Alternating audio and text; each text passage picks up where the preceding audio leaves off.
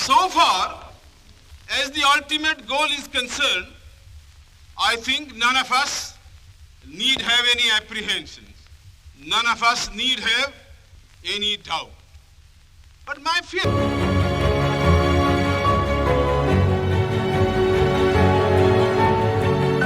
साथियों, जय भीम, जय भारत, जय संविधान। मैं बहुजन दस्तक एंड कॉन्स्टिट्यूशन चैनल से गौतम रत्ना, और मैं आज के वीडियो में आपको दिखाने वाला हूं और सुनाने वाला भी हूं बाबा साहब भीमराव अंबेडकर द्वारा 1946 के अंदर दिया हुआ स्पीच, जो आकाशवाणी, क्योंकि उस टाइम आकाशवाणी हुआ करता था, आकाशवाणी पर उनकी स्पीच को पब्लिश किया गया, सुनाया गया पूरे देश के लोगों को असेंबली के अंदर। तो उम्मीद है कि आपको इस बाबा साहब अंबेडकर के स्पीच से जरूर एक प्रेरणा मिलेगी और बहुत कुछ सीखने को भी मिलेगा, जिसमें वो हिटलर शाही को टारगेट करते हैं और बहुत सारे तथ्यों पर, बहुत सारे इतिहास पर उन्होंने असेंबली में ये स्पीच दिया।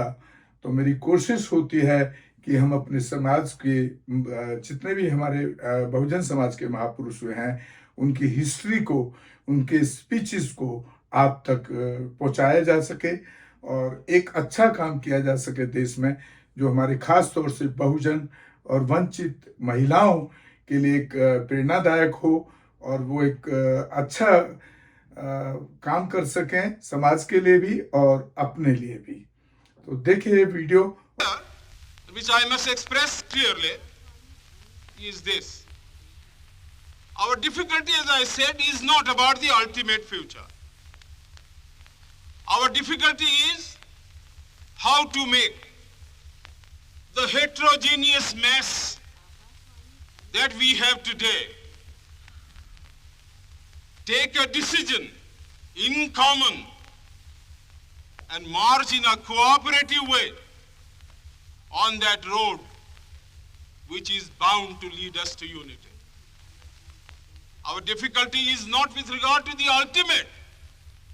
Our difficulty is with regard to the beginning. Mr. Chairman, therefore,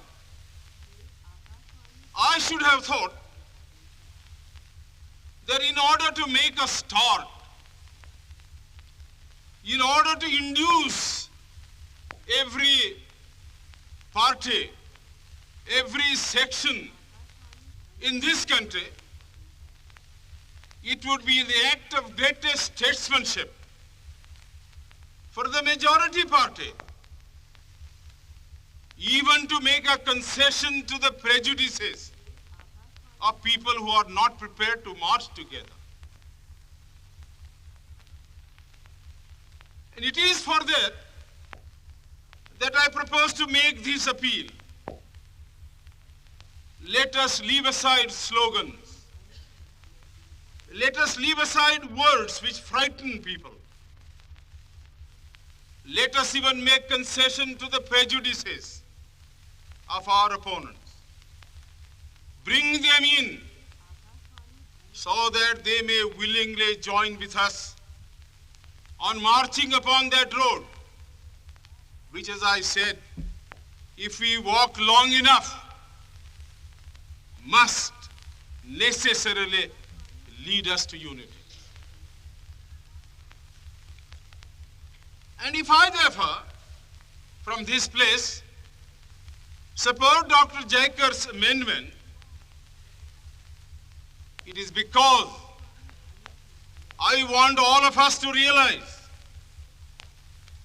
that whether we are right or wrong, whether the position that we take is consonance with our legal rights, whether that accords with the statement of May 16th or December 16th, leave all that aside. This is too big a question to be reduced to the position of mere legality. It is not a legal question. I say leave aside all these considerations and make some attempt whereby those who are not prepared to come will come. Let us make it possible for them to come. That is my appeal. In the course of the debate that took place, there were two questions which were raised, which struck me so well that I took the trouble of taking them down on a note paper. The one question was, it was asked, I think, by my friend, the Prime Minister of Bihar, who spoke yesterday in this assembly. He said, how can this resolution prevent the League from coming into the Constituent Assembly?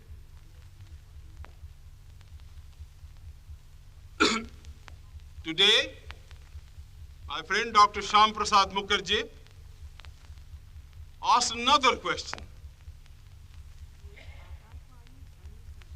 Is this resolution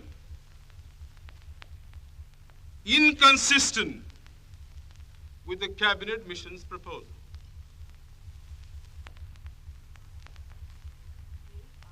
Now, sir, I think they were very important questions. And they, I think, ought to be answered. And answered categorically. I do maintain that this resolution, whether it is intended to bring about the result or not, whether it is the result of cold calculation, or whether it is a mere matter of accident, is bound to have the result of keeping the Muslim League out. And I'll substantiate what I said. Sir, I invite your attention to paragraph 3 in the resolution, which I think is very significant and very important. Paragraph 3 envisages the future constitution of India. I do not know what is the intention of the mover of the resolution, but I take it that it is a sort of, after this resolution is passed, it will act as a sort of a directive to the Constituent Assembly to frame the Constitution in terms of paragraph 3 of the resolution. What does paragraph 3 speak of? Paragraph 3 says that in this country there shall be two different sets of polity. One at the bottom, the autonomous provinces or the states, or such other areas as care to join a united India. These autonomous units will have full powers. They will have also residuary powers. At the top and over the provincial units, there will be a union government having certain subjects for legislation, for execution, and for administration. Sir, as I read this part of the resolution, I do not find any reference to the idea of grouping an intermediary structure between the union on the one hand and the provinces on the other. Now, reading this paragraph in the light of the Cabinet Mission's statement, or reading it even in the light of the resolution passed by the Congress at its Wardha session, I must confess that I am a great deal surprised at the absence of any reference to the idea of the grouping of the provinces. So far as I am personally concerned, I do not like the idea of grouping. I like a strong, united center. Much stronger than the center we had created under the Government of India Act of 1935. But sir, these opinions, these wishes have no bearing on the situation at all. We have traveled a long road. The Congress Party, for the reasons best known to itself, consented, if I may use the expression, to the dismantling of a strong center which had grown into this country as a result of 150 years of administration, and which I must say was to me a matter of great admiration and respect. But having given up that position, having said that we do not want a strong center, and having accepted that there must be or should be an intermediate polity, a sub-federation between the union government and the provinces, I like to know why there is no reference in paragraph 3 to the idea of grouping. I quite understand that the Congress Party, the Muslim League, and His Majesty's government is not ad idem on the interpretation of that particular idea about grouping. But I always thought, and I will be prepared to stand corrected if it's shown that I am wrong, that at least it was agreed by the Congress Party that is the provinces who are to be within the different groups consent to form a union or a sub-federation, the Congress would have no objection to that proposal. I believe I am correct in interpreting the mind of the Congress Party. So the question that I ask is this: why did not the mover of this resolution make reference to the idea of having a union of the provinces or a group of provinces on the terms on which he and his party was prepared to accept? Why is the idea of union completely effaced from this resolution? और उसके बाद हमें comment box में जाकर के आपके कोई भी राय है, सजेशन है, आप हमें जरूर भेजिएगा, जरूर लिखिएगा। और अगर कोई भी एट्रोसिटी हो पूरे देश के अंदर तो आप जरूर हमें बताएं, हम उसमें कोशिश करते हैं कि उसमें उसको संवैधानिक दायरे में रहकर, संवैधानिक दायरे में बात करके जो जातिवादी शोषण होता है उस पर भी हम वहाँ के अफसरों से बात करके उसमें न्याय दिलाने के लिए कोशिश करते हैं।